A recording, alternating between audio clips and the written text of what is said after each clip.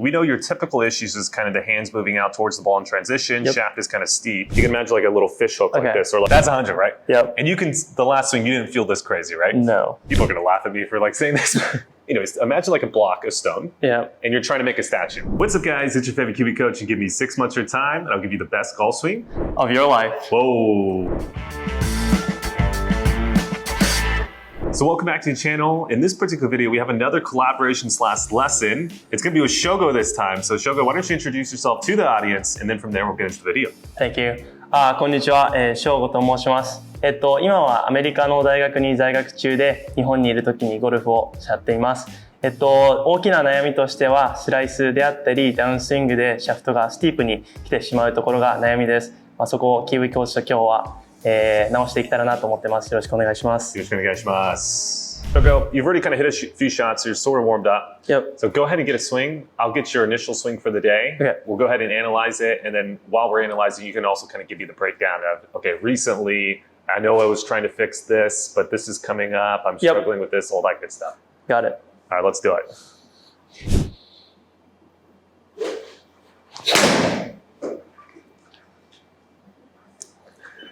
All right, and Shogo wanted everyone to know he doesn't play that much golf anymore. No. Slightly retired. Only in the summer. Slightly retired, just in case people are wondering. But that's a good swing. That's a good swing for someone. What do you play? Maybe like 10 times a year at this point? No, I actually play a lot of like golf when I'm back home, but not like when I'm in the States. So that's the issue, because I forget everything every time I come back home. So I have to start from zero. Start from fresh. So let's go over the analysis. While we're kind of doing this, Shogo, walk me through. We know your typical issues is kind of the hands moving out towards the ball in transition. Yep. Shaft is kind of steep. Mm-hmm. So walk me through when you've been practicing, kind of what are the issues when you're trying to fix this motion? So I try to, one of the things is that in my downswing, shaft gets too steep. So how I've been trying to fix that is by trying to just relax. That's the biggest thing. I think it has gotten a little bit better, but still, when I try to swing harder, you sort of speed up. Yeah. That's the issue. How can I relax and speed up? So I think when it comes to kind of shaft pitch specifically, a lot of people say that too. If they relax, what ends up happening is kind of the twisting that they put on the club shaft and it minimizes. Yeah. But then the issue is there's no power. Yeah. So then when you speed up, just like you said, you start to twist again. And it's really just putting a Band-Aid on the initial issue. Okay. Whereas if you learn how to twist correctly, you can actually now add power to that correct twisting motion. And then you can kind of get the correct shaft position while swinging fast and getting all that. So we can kind of go over that today. Okay. So let's take a look here. So going over checkpoints, so we went over this last time. Position 5, shaft we want to see right around like 35 degrees to 40, so you're at 26. Much better than last time, but still not where it needs to be.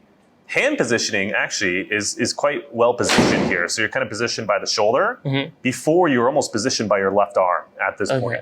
So that's very much quieted down in terms of the outward movement. As we continue to move forward, this is kind of what you're currently probably seeing if you film your swing. You knew the checkpoint before. We wanted to kind of see it towards the top of the forearm. Right now it's middle, not so crazy. You know, we've had players over here, right, close to 90 degrees. Really? Yeah, so this is not so crazy. You're actually more so on a cutter model here. Okay. But if we wanted to be, let's say, neutral, we'd want to have the shaft a little bit more here. Okay. And then as we come down, as you start to come into the golf ball, I think what happens as you come in, the handle starts to kind of raise. And the chicken wing. And chicken wing, yeah. So you're basically, you can feel yourself kind of coming basically on top and left. You feel like you might potentially miss the ball, or your body kind of subconsciously knows it's coming in quite steep. So then you try to reroute it at the last second. Yeah. So that whole movement, I feel like, has been very much minimized. Yeah. The degree of shift, but we just got to keep pushing forward. Okay. So I think the first place we can start with you, Shogo, today, let's just get straight into the transition and talk about how to twist the shaft correctly so that you can add speed and not worry about having it actually steepen. Okay. That'll be the first part. Then from there, we'll work on the second part, which is kind of this position, like let's call this P6 into the ball, how to not raise the handle and how to do the opposite. Those will be the 2 points of interest. Okay. Great. All right. Questions so far? No. Good. All right, this will be easy. Easy. It's not Hopefully. easy. It's not easy. Okay. So today, unfortunately, we were cheaped out. It's McDonald's the sponsor today. Didn't have time to go to Starbucks. Starbucks, you're slacking. You didn't sponsor me after last video. What's going on? Okay, so let's go over what we're talking about. So when it comes to the twisting motion, Yep. it's really kind of the direction that you move the grip in. So if I move the grip in kind of in this direction here, as you can clearly see, that'll get the shaft to go more vertical. If I start to move maybe almost this way, that would get the shaft to go the opposite way. So if you can imagine at the top of the swing, imagine that as you start to come down, imagine kind of like an arrow coming from the grip. And wherever it kind of moves towards, wherever it kind of curves towards, that's going to get the shaft to kind of move different ways. Okay. So that's what we got to control. Okay. Because if you can get the shaft, let's say, to move a little bit more this way, and you start to speed up, because the direction is in the right direction and you're speeding up, you're not going to get the shaft to steepen. Does that make sense? Yeah, it makes sense. Yeah. So then from there, you can feel like you can swing fast while still having the shaft in a good spot. And then from there, it's easier for you to feel like you can go a little bit lower and left with the fall and not feel so much this way as you go through the ball. Yeah. That's that. If I, let's say, had an arrow that looks something similar to this, let's call this how much wise, like really close to 100%. That would be as much as I could do this motion. And as you can see, the shaft would be incredibly flat. And then from here, if let's say the arrow is just kind of like a diagonal, maybe that's close to kind of 0, right? Because there's going to be no twisting in that sense. And then obviously if I start to go the opposite way, crazy, that would be 100% on the opposite side. So what do we always do for the initial guess? As he's been watching our videos, he should know this. This is a test, guys. You guys should know at home. The correct movement that I should take. Or the correct feeling. Feeling? Yeah. So we know your current stock swing produces a little bit of a steepening move. Oh, okay. So do what should we feel? Complete opposite. Yeah. And like exaggerate that. And that's how you should feel it. But in real, you're not doing nearly as much as you feel like doing. So the first test, we always call it, or the first guess is we always try to go something close to 100%. Okay.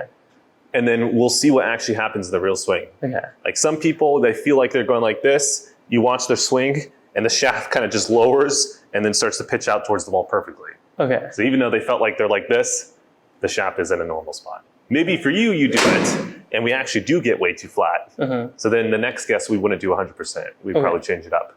Okay. But the first guess, when you're on the driving range, just go all the way to the opposite side. Okay. It's so much quicker. Yep. Instead of trying to go little tiny changes. Yep, that's which is better for the course. Yep, that is because you don't want to do something crazy like that on the course. But when you're on the range, nothing as bad is going to happen. Yeah, that's Maybe true. you hit that net over there. That's the worst thing, right? Okay. So, Okay. like almost. Yeah, exactly. Imagine we call it on our videos like a fish hook. Okay. If you can imagine like a little fish hook like this, or like almost like an American U. Try to get it as soon as you get towards the top and you start to come down, allow the grip to go down a little bit first, and then start to go into a massive U motion. Okay. If you actually do it in the reel, the ball should go pretty far right. It would not be what we want to do. There you go. Wow. So we're going to try that. And we're going to see what actually happens. Okay.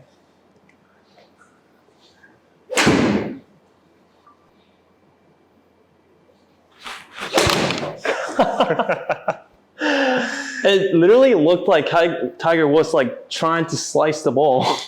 Yeah, your follow through definitely looked that way. So now, and this is something we always talk to our clients. It's like, think about the swing when you change one thing. Yeah. Let's say especially in the transition, the follow through area typically also needs to change. Yeah. What ends up happening first changing that thing is you don't have the mental capacity to also change the follow through as well. That is true. Yeah. So that's why you start to feel like really weird on the follow through and the ball starts to go all crazy spots. Yeah. That's normal. But what we're looking for Okay. is we're just looking for the first part that we discussed in this today's lesson to change. Okay. And then from there, if that changes, then we can start to work on the second part later. Okay. And then you kind of get the whole package. Yep. That's okay. Yep. Don't worry. So let's see if that changed. So before we look, I always like to ask the question, did you feel like it was really crazy, hacky percent? Yeah, I Massive did fish it hook. as much as possible. That was as best as I could. All right, let's take a look at the reel, guys. That's it for you guys on YouTube, but before you guys click off, we have some quick wrap-up points from Shogo himself. Shogo, entertain the audience. そうですね。今回は、ダウンスイングでスティープに来てしまうっていう悩みと、スティンガーショットの打ち方について学びました。スティープに来てしまうっていうことに関しては、大げさに逆のモーションをして、徐々に直していくっていう形で、短い間で大きな変化が出たと思います。スティンガーショットに関しては、キウイコーチのシンプルな、やり方、打ち方で、理想に近い、数値が出てよかったと思います。And before you guys leave, just remember, this whole thing is brought to you because of our membership site. I think the editor right now should put up something behind us. Take a look at our YouTube revenue. We only make like 10,000 yen a month on our YouTube. So this would not be possible if we relied on YouTube alone. So please, if you guys love this channel, you want to help support us, sign up for the membership site. It really does run this membership or this YouTube channel.